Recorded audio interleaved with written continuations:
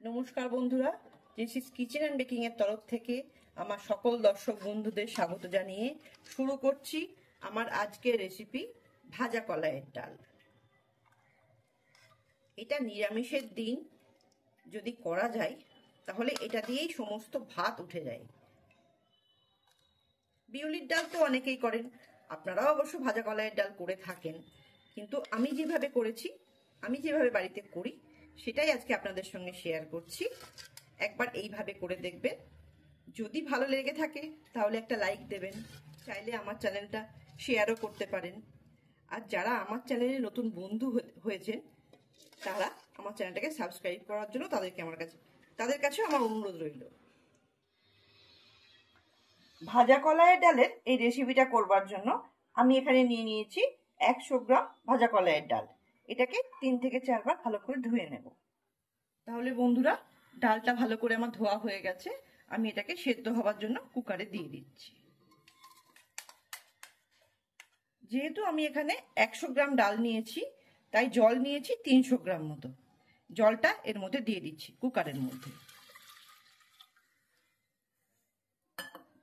আর দিচ্ছি দুটো চিড়ে রাখা কাঁচা লঙ্কা। এবার দিয়ে দিতে হবে অল্প একটু হলুদ গুঁড়ো। বিউলির ডালে খুব বেশি হলুদ লাগে না। এর মধ্যে দিয়ে দেবো হাফ চামচ নুন। এবার গ্যাসের ফ্লেমটা লো টু মিডিয়ামে রেখে বসিয়ে দেব সেদ্ধ হওয়ার জন্য। যে দুটো মেন উপকরণ ছাড়া এই ভাজা কলাইয়ের ডাল অসম্পূর্ণ, সেই দুটো উপকরণ এবার আমি বেটে নেব। এখানে নিয়ে নিচ্ছি 1 চামচ মৌরি, আর নিচ্ছি 1 চামচ আদার টুকরোগুলোকে আমি এইভাবে আরো ছোট ছোট করে কেটে নিয়েছি। এবার এই দুটোকে অল্প জল দিয়ে ভালো করে বেটে নেব। 5টা স্টিম দেওয়ার পর আমি গ্যাসটাকে বন্ধ করে রেখে দিয়েছিলাম একটু স্ট্যান্ডিং টাইমে। এবার দেখে নিই সেদ্ধ হয়েছে কিনা।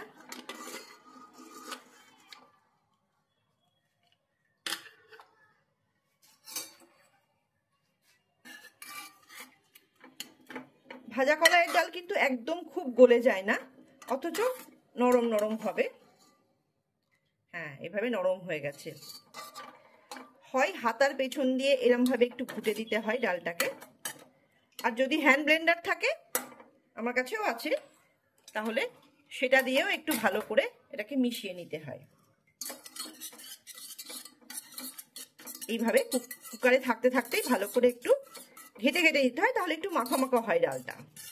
এই ভাজা কলাইয়ের ডালটা সাঁতলানোর জন্য আমি প্রথমেই দিয়ে দিচ্ছি কড়াইয়ের মধ্যে 1 চামচ সর্ষের তেল, আর দেব এই হাফ থেকে 1 চামচ মতো ভালো ঘি। এই সর্ষের তেল আর ঘি মিশিয়ে যদি ডালটা করা যায় না, সাঁতলানো যায়, তাহলে ভাজা কলাইয়ের ডালের স্বাদটা আরো বেড়ে যায়। তেলটা গরম হয়ে গেছে, এর মধ্যে দিয়ে দিলাম এবার 1/4 চা চামচ হিং, আর দিচ্ছি দুটো শুকনো লঙ্কা, আর দিচ্ছি দুটো তেজপাতা। এই দুটোকে আমি ছিঁড়ে নিচ্ছি। গ্যাসের ফ্লেমটা কমিয়ে রেখেই আমি দিয়ে দিচ্ছি 1 চামচ মতো 5 ফোড়ন। এই হিং 5 ফোড়ন যদি না দেওয়া হয়, মানে ভাজা কলাইয়ের ডালের টেস্টটা কিন্তু একদমই আসবে না। এই সমস্ত মশলাগুলোকে লো টু মিডিয়ামে রেখেই গ্যাসের ফ্লেমটা ভেজে নিতে হবে। এবার যে সুন্দর একটা গন্ধ বেরোচ্ছে, এই অবস্থাতেই দিয়ে দিতে হবে সেদ্ধ করে রাখা ভাজা কলাইয়ের ডাল। দেখুন বন্ধুরা, পুরো কিন্তু সেদ্ধ হয়ে গলেও যায়নি, অথচ কিরম মাখা মাখা হয়েছে। এবার কুকারটা ধুয়ে দিয়ে দেব একটু জল।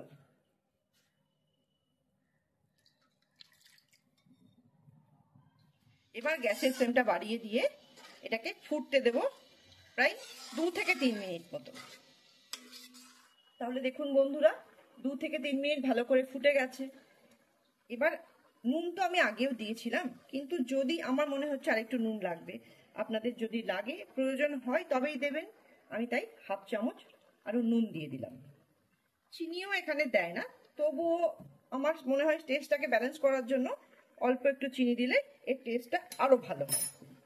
তাই এই দুটোকে দিয়ে আবার একটু ভালো করে মিশিয়ে নিলাম। খুব তাড়াতাড়ি কিন্তু খুব সুন্দর এটা হয়ে যায় এইবারই হচ্ছে আসল টেস্টটা আসবার জন্য আমি তখন যে আদা আর মৌরিটা নিয়েছিলাম সেটাকে বেটে নিয়েছি, সেটা এবার এই ডালের মধ্যে মিশিয়ে দেব। এইভাবে একটু মিশিয়ে নিলেই রেডি হয়ে যাবে ভাজা কলাইয়ের ডাল। আদা মৌরি বাটা দেওয়ার পর কিন্তু একদম বেশি ফোটাবেন না, জাস্ট মিশিয়ে নিয়েই গ্যাসের ফ্লেমটা বন্ধ করে দেবেন, না হলে এটা কিন্তু তেতো হয়ে যাবে। একদম বন্ধ করে দিলে তো আরোই ভালো, আমি একটুখানি ফুটিয়ে নিই। জাস্ট গ্যাসটা বন্ধ করে দিলাম। একবার এইটাকে আলু পোস্তর সঙ্গে গরম গরম ভাতে খেয়ে একবার দেখবেন। তাহলে বন্ধুরা, আগামী দিনে আবার অন্য কোনো রেসিপি নিয়ে আপনাদের সামনে উপস্থিত হব।